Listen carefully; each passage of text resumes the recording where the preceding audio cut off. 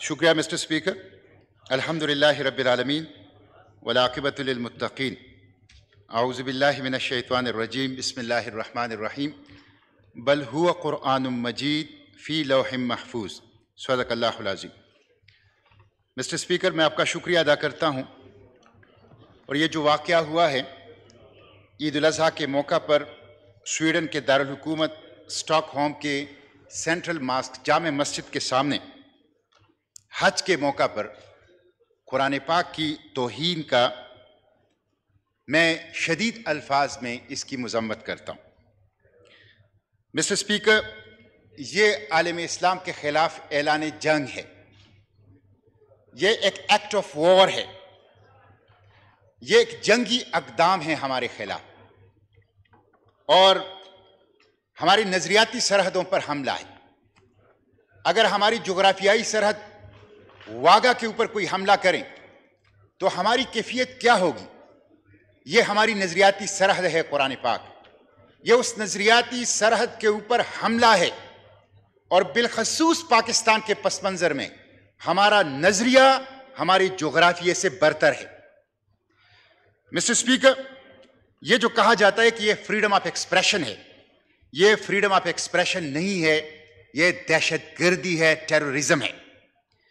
یہ جو کہا جاتا ہے کہ آزادی اظہار رائے ہے، یہ آزادی اظہار رائے نہیں ہے، یہ درندگی ہے، یہ ریسزم ہے، یہ اسلامو فوبیا ہے.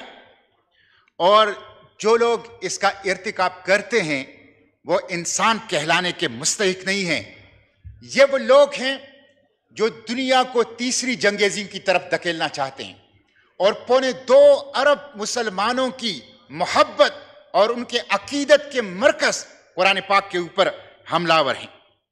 عدالت کی اجازت سے بدقسمتی تو یہ ہے کہ اس شرمناک کبھی حرکت کی اجازت دی گئی اور حکومت نے کہا کہ یہ ایک انفرادی عمل ہے سویڈن کے ایک فرد کا جس کو عدالت نے اجازت دی ہے.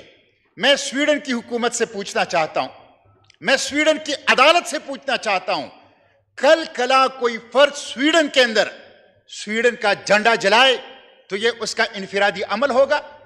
کل کلا سویڈن کے اندر ایک شخص دوسرے شخص کے اوپر حملہ آور ہو، اسے زخمی کرے، قتل کرے تو یہ انفرادی عمل ہوگا؟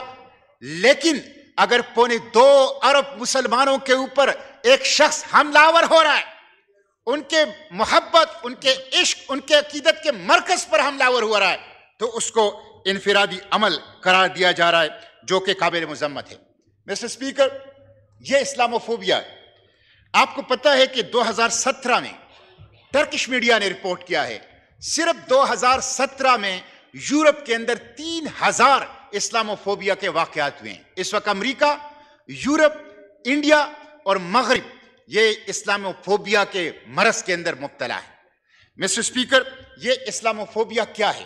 اس کے 4 کمپوننٹ ہیں. نمبر 1 قرآن، ان کے نشانے پر قرآن پاک ہے.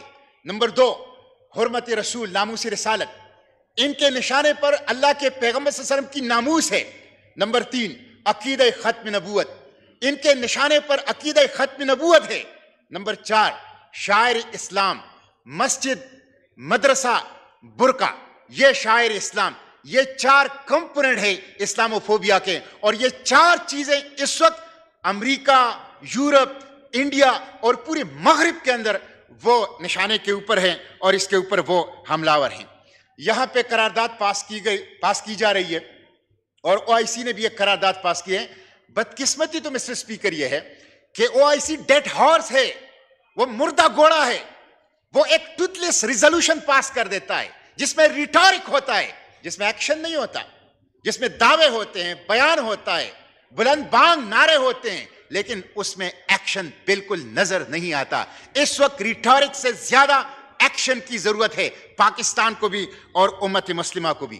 60 مسلم ممالک ہیں، 2.25 ارب آبادی ہے، 80 لاکھ ریگولر آرمی ہے، جیو اسٹریٹجک لوکیشن ہے، 70% نیچرل ریسورسز ہیں، پیٹرول کی اور دوسری قدرتی وسائل کا اس کی موجودگی ہے. اور ایک چھوٹا سا ملک سویڈن اٹھتا ہے اور حج کے موقع پر اور عید الاضحیٰ کے موقع پر اعلان کرتا ہے 1 ہفتہ پہلے اور مسجد کے سامنے ہماری قرآن پاک کو جلاتا ہے.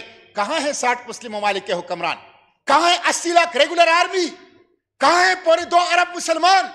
کہاں ہے آپ کے وہ 70% نیچرل ریسورسز؟ پیٹرول ہے، ڈیزل ہے، گیس ہے اور اس کے ساتھ دیگر نیچرل ریسورسز ہیں. اس کی وجہ کیا ہے مسٹر اسپیکر؟ اس کی وجہ یہ ہے کہ OIC انجمن غلامان امریکہ بن چکا ہے. انجمن غلامان امریکہ امریکی غلاموں کا کلب ہے جس سے کسی کو خوف نہیں ہے، جس سے کسی کو ڈر نہیں ہے. اس لیے وہ آئے دن ہمارے قرآن پاک کو وہ جلاتے ہیں. مسٹر اسپیکر، میں یہاں پہ یہ تجویز کروں گا آپ سے کہ یہاں پہ سویڈن کے سفیر کو کیوں نہیں نکالا گیا؟ پاکستان کے سفیر کو کیوں نہیں بلایا گیا؟ سویڈن کے ساتھ مصنوعات اور تجارت کی بائیکاٹ کا اعلان کیوں نہیں کیا گیا؟ اگر آپ یہ اقدامات نہیں کرتے، عملی اقدامات نہیں کرتے، تو کاغذ کے ٹکڑے ریزولوشن سے کوئی فرق نہیں پڑے گا.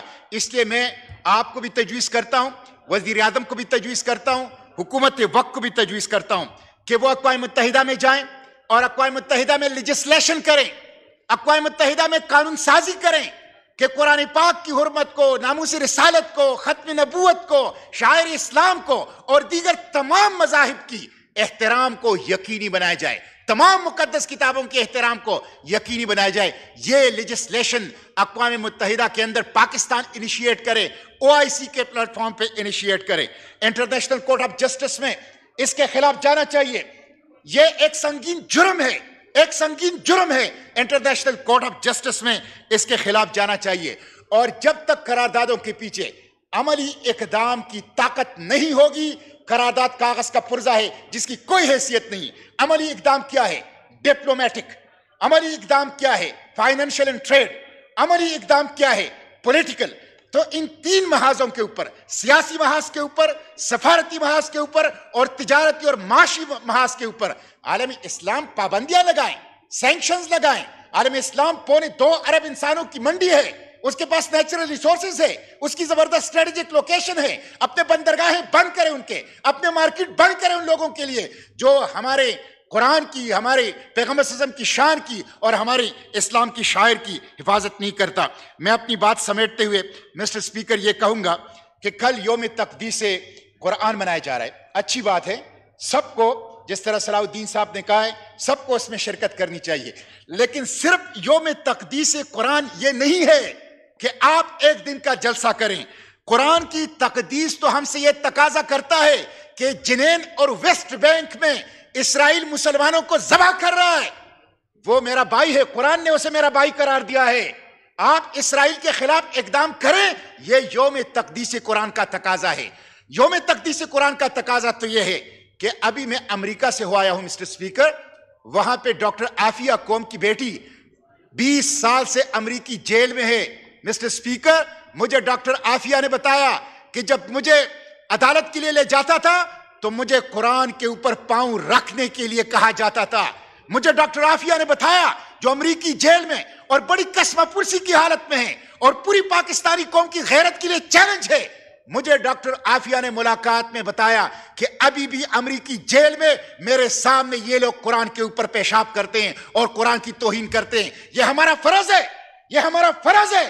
یہ بھی تقدیس قرآن ہے کہ ہم پاکستان سے سود کا خاتمہ کریں.